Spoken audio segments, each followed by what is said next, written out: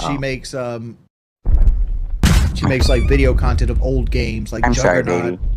If you're gonna have these conversations, can you please let me know? I'm sorry. Yeah. They're being insanely loud. I am. I'm sorry. I was too loud, guys. I gotta feel in trouble. I'm sorry. My wife wants to go to sleep. I'm sorry, guys.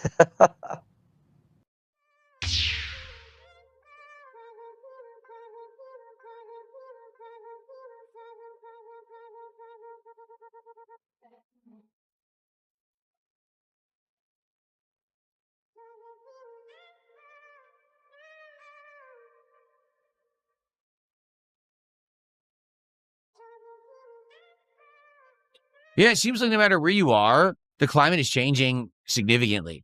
Like in Europe, where normally it's not hot, you guys are like sweating it out this year, right? And that's why there's big debate about air conditioning in Europe, where you guys usually don't have it, but now like it feels like you need it, right? That's basically what happened to us here in the Pacific Northwest of the United States in the last decade. It used to be that we never really had hot temperatures. Even in the summer, it would still be moderate. You know, it would still be cool, cloudy, rainy a lot. All of a sudden, I move here in 2014, and they start having hot-ass summers. So I'm here, I'm like, I thought everyone said it was cool, and all my neighbors are like, oh, no, it usually is. This is just crazy now that we're having this heat. We never used to get it. Oh, so I moved here, and now it gets hot here in the summer? Like, this sucks, right? I was trying to move away from all the heat and everything on the East Coast, and now I moved to it, and now there's hot summers here, okay? So what happened is, now in the summer, most people out here don't have air conditioning. We don't have central air in our homes because our homes weren't designed to need it because you didn't used to need it. It didn't used to be hot. Well, now it is. And everyone's like, dude, we really wish we had central air. So for here, we got a series of air conditioners that are the ones that stand on the floor and you put the tube into your window. So I have one here, one across the hallway, and one in our bedroom all the way down on the other side of the house. And what we've done is we bought a ton of big standing fans. And we have, it's like a wind tunnel, basically. So we have one fan right here blowing the air from these two rooms down the hallway. We have a giant fan in the bedroom blowing the air out of there. And then we have fans going all the way down our curving staircase, tunneling the air downstairs. And then we have a big-ass fan downstairs blowing the air across the floor into the bottom floor. So basically, our air conditioning now cools the entire house down with constant movement of air, which is obviously awesome. But it took a while for us to figure this out, like how to do it. So there was a few summers where like we were struggling. We had like one or two air conditioners and the house was just hot as hell all summer. But now, so here's what's happened. In the last decade, because every summer now is so hot, any new homes that are built in the area, it is required that they have central air. Which, to be honest, it should have been like that from the get-go, but no one had the foresight to see that the climate was going to change and everything was going to get warmer over time. Even though historically, if you actually study weather, it's happened a zillion times before. It's the normal cycle of Earth, is that things get hotter over time, and then they get cooler, and then they get hotter. Like, it goes up and down. There's, you know, global warming, then there's ice ages. It goes back and forth. So anyone who studied it would have known, but I guess people aren't that smart. They're just quite stupid. So they just assume everything will be eternal and nothing will ever change. So they built these houses out here all wrong. So now it's way too hot in the summer. So it sounds to me, that's like what you guys are going through over in Europe, right? Like you guys are actually going through exactly the same thing where you never expected that you were going to have these hot summers. And now because of climate change, you're having this abnormally hot summer and everyone's like sweating it out, dying over there because no one over there has the AC, right? So it's actually so bad. Right now, we've been told by our weather services out here, we're about to have super El Nino. What does that mean? It means that there's something taking place in the Pacific Ocean that's right next to us, these air currents and things. We're about to have not only an abnormally overly hot summer, but our fall and winter are going to be very dry and warm.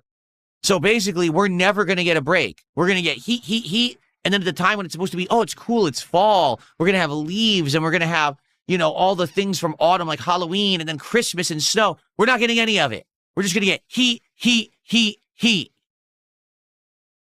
And I'm not kidding. That's what I moved here to avoid.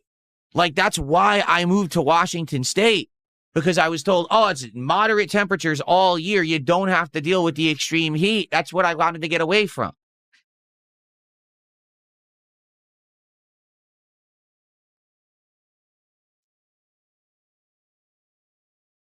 Roy says in the UK, people think 78 is hot. Well, again, here's the thing. Okay? It might be. You might think 78 is hot if you're not used to 78 degrees Fahrenheit. You know what I'm saying? Like, if you're not used to a certain temperature, you'll still think it's hot, even though people have it way hotter in other places. It all depends on what you're usually used to. You know what I'm saying?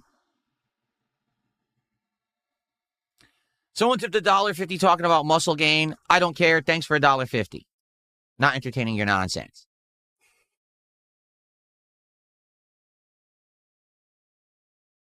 Okay. So, if you are enjoying the morning show, please support the stream in some way. First thing you can do if you're watching on YouTube is give this stream a like.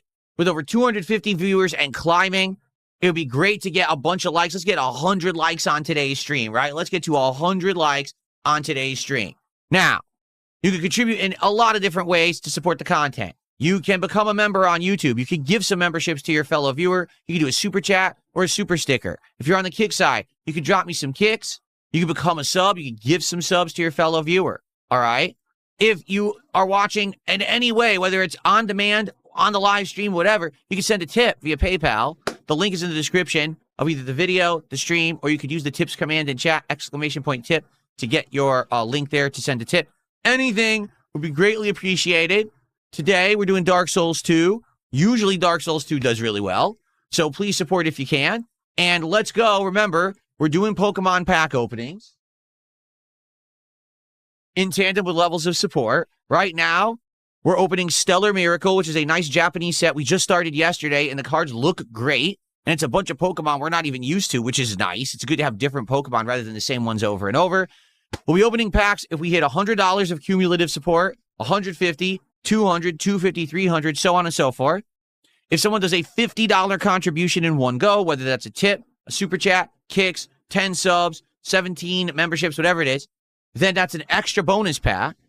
And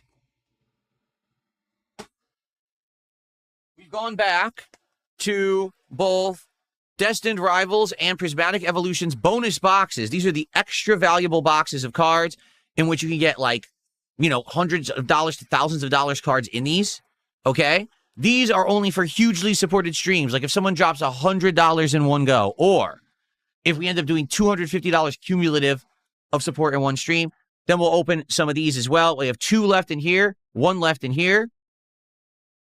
So that'll be some bonuses, okay? So please consider supporting the stream if you have not yet.